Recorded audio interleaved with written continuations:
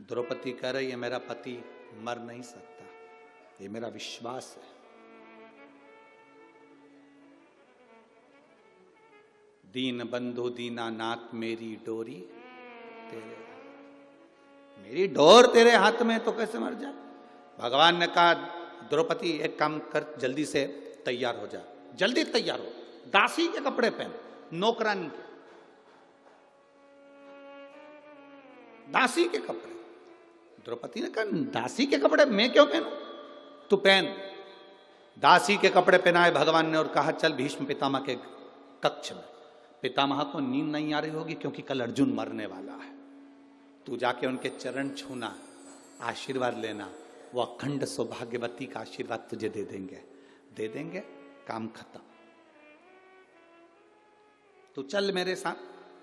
द्रौपदी दासी के कपड़े पहनकर चली, पांव में जूतियां पहन गई द्रौपदी, पांव में चप्पल पहन गई। भगवान ने आवाज लगाई द्रौपदी रुक रुक रुक, इधर जल्दी जल्दी आ। द्रौपदी ने कहा क्या भैया, चप्पल निकाल जल्दी से।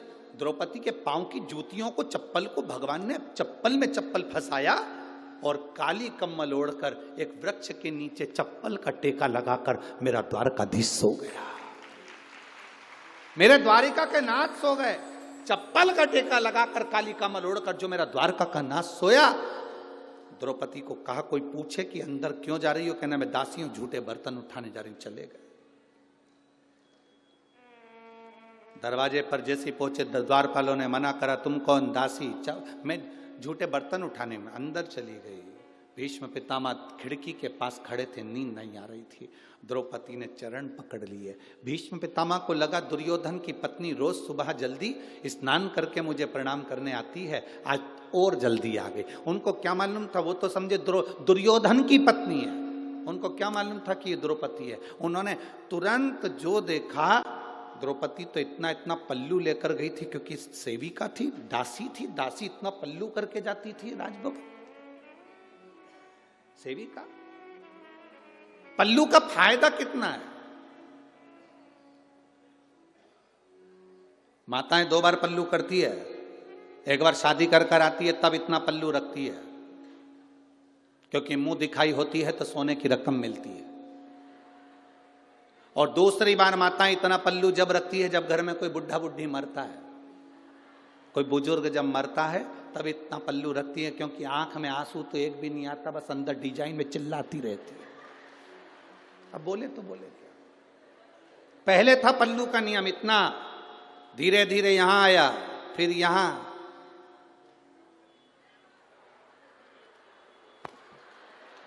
गया। अब तो वो लाइन आती है ना, देखते रह जाओगे, बस अब पल्लू दिखता ही नहीं है। आपके नजर आ गए पल्लू।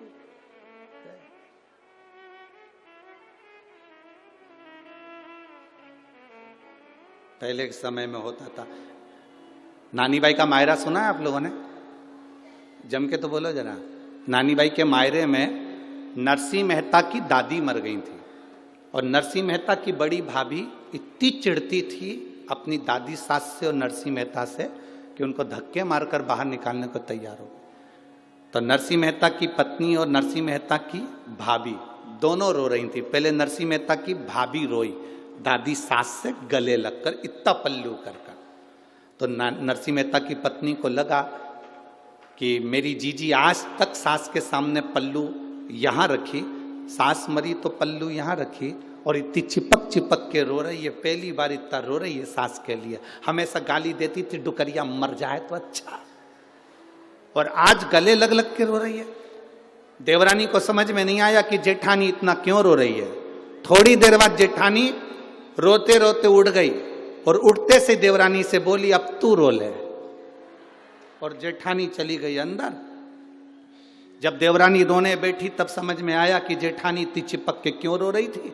सास के कान में यहां पे सोने की मुर्कियां थी, उसको दांत से कतर रही थी और दांत से कतर के उसको मुंह में भर लिया और मटके में ले जाके डालकर कहा जल्दी ले जाओ, जल्दी। अब कह रही है ले जाओ।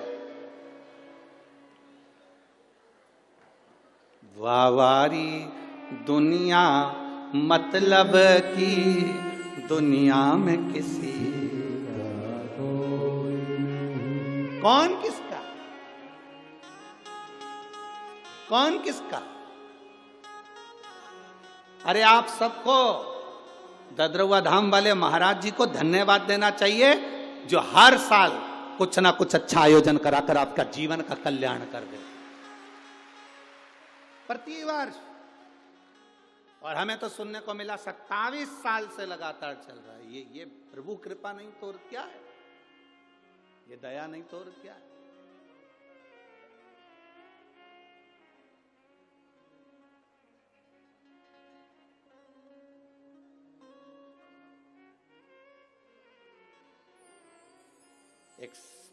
एक संत वो होते हैं जो केवल अपने अपने वालों को खिला देते हैं, अपने अपने वालों के लिए कोई आयोजन अरेंज कर लेते हैं, पर ये वो संत हैं जो केवल अपने वालों के लिए नहीं सबके लिए करते रहते हैं। ये वो संत है, सहज नहीं। संत का जो स्वभाव होता है वो यही होना चाहिए। निर्मल मन सो मोहि, निर्मल।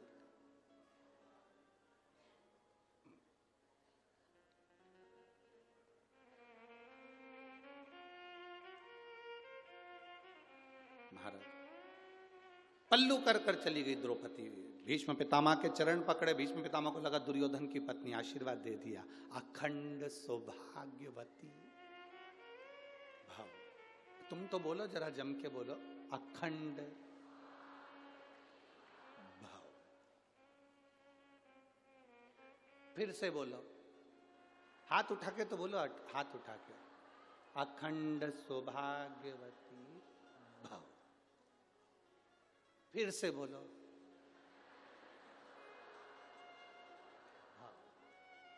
फिर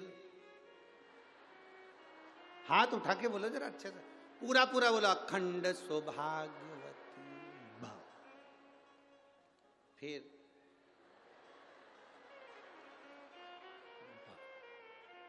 वापिस। फिर नहीं, हम तुमसे बुलवाकर इसलिए देख रहे हैं क्योंकि सुदामा जी द्वारका गए थे और जब उन्होंने, द्वारकाधीश ने सुदामा जी से कहा था, देखो तुम्हारी बहुएं तुम्हें प्रणाम करने के लिए आएंगी, तुम्हारी सब घर की मेरी जितनी पत्नियां हैं सब प्रणाम करने आएगी, तुम आशीर्वाद देना।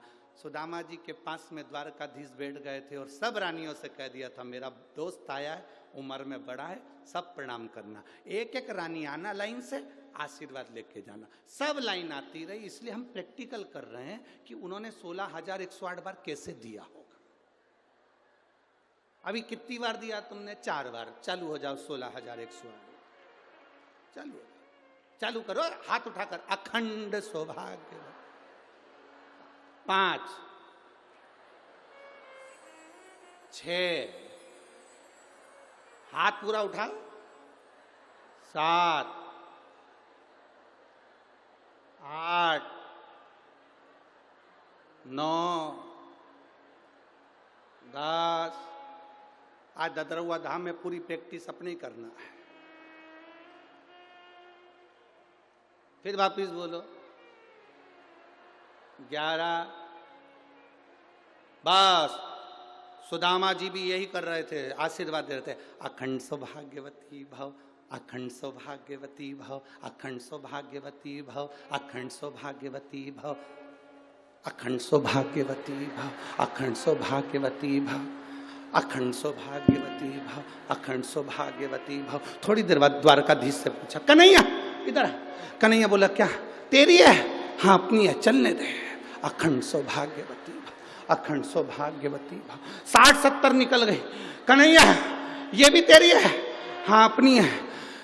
सौभाग्यवती भव। अखंड गायब हो गया।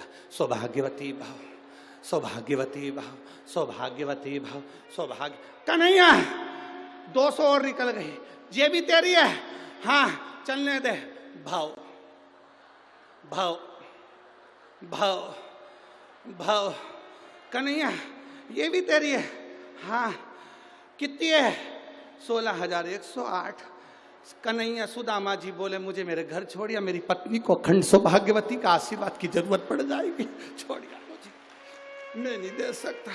कन्हैया बोले अभी तो तेरी बहुएं आई हैं, इसके बाद इनके बच्चे आएंगे। तो कन्हैया ने जैसे ही कहा तो सुदामा जी ने पूछा कितने बच्चे हैं? भगवान कृष्ण बोले शंकर जी की कृपा से एक एक रानी से 11-11, 10 छोरा 1 छोरी, 1,77,186। सुदामा जी सिंहासन से नीचे गिर गए। रेन दे दादा, पूरा जिला यहीं बसा लिया, रेन दे तू, मेरे घर छोड़िया। तुम पूरी सुदामा जी की कथा देखना। सुदामा जी जैसे आए थे वैसे और डंडा टेक के गए, इतना दे गए दादा। लोग कह रहे थे कि भगवान द्वारकाधीश ने 3 लोक का राज्य दिया। कोई द्वारकाधीश से पूछे सुदामा ने क्या क्या दिया, क्या नहीं दिया। अब भीष्म पितामह ने कह दिया।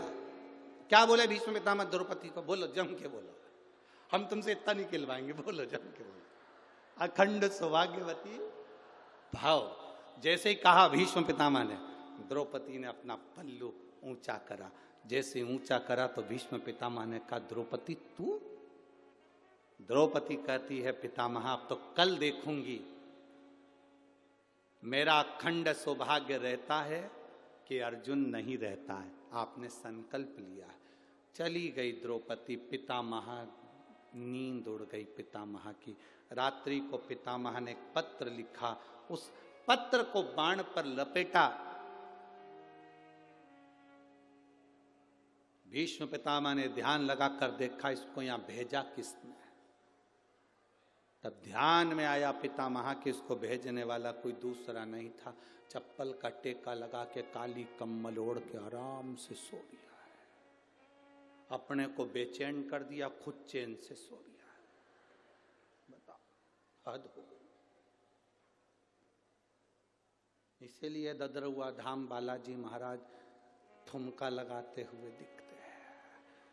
खूब आनंद में आग लगे बस्ती में, अपन रहो मस्ती में। वो कहता है खुश रहो, प्रसन्न, आनंद में रहो। दूसरे दिन युद्ध प्रारंभ हुआ। द्वारकाधीश हंस रहे थे, मुस्कुरा रहे थे, क्योंकि आज भीष्म पितामह की हालत क्या है। भीष्म पितामह देखे कि द्वारकाधीश हंस रहे हैं, उनने बाण छोड़ दिया। वो बाण द्वारकाधीश के चरणों में गया। पत्र द्वारकाधीश ने निकाला, पढ़ा। अभी तक द्वारकानाथ रो रहे थे, हंस रहे थे, अब द्वारकानाथ रोने लगे। जैसे रोए तो गुप्त रूप से रुक्मणी, सतभामा, जामवंती, कालंदी, मित्रवृंदा, लक्ष्मणा सब आ गई। प्रभु आप रो रहे हो क्यों? भगवान ने पत्र दिया। उस पत्र में लिखा था दीन बंधु दीनानाथ मेरी डोरी तेरे हाथ। तू केवल अर्जुन की डोरी नहीं संभाला, मेरी भी डोर संभालना। नीचे लिख दिया मेरा प्रण ना छूटे और अखंड सौभाग्यवती होने का वर ना छूटे। अब तू निपट क्या करना है, अब तुझे निपटना है। करना क्या है ये तेरे ऊपर